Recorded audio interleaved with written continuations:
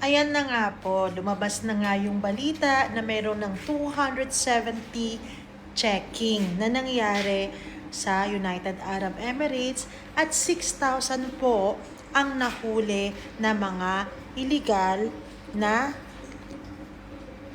expat. Ayan. So, sa lahat po na nagsasabi na, wala naman yan, hindi totoo yan, at hindi nangyayari yan, tinatakot niya lang kami. Hindi ko po ugali, hindi po namin gusto na takutin ang kahit na sino.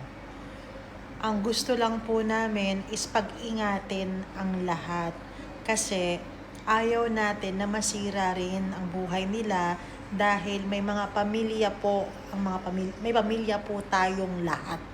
So yung masyadong matatapang dyan, wag naman.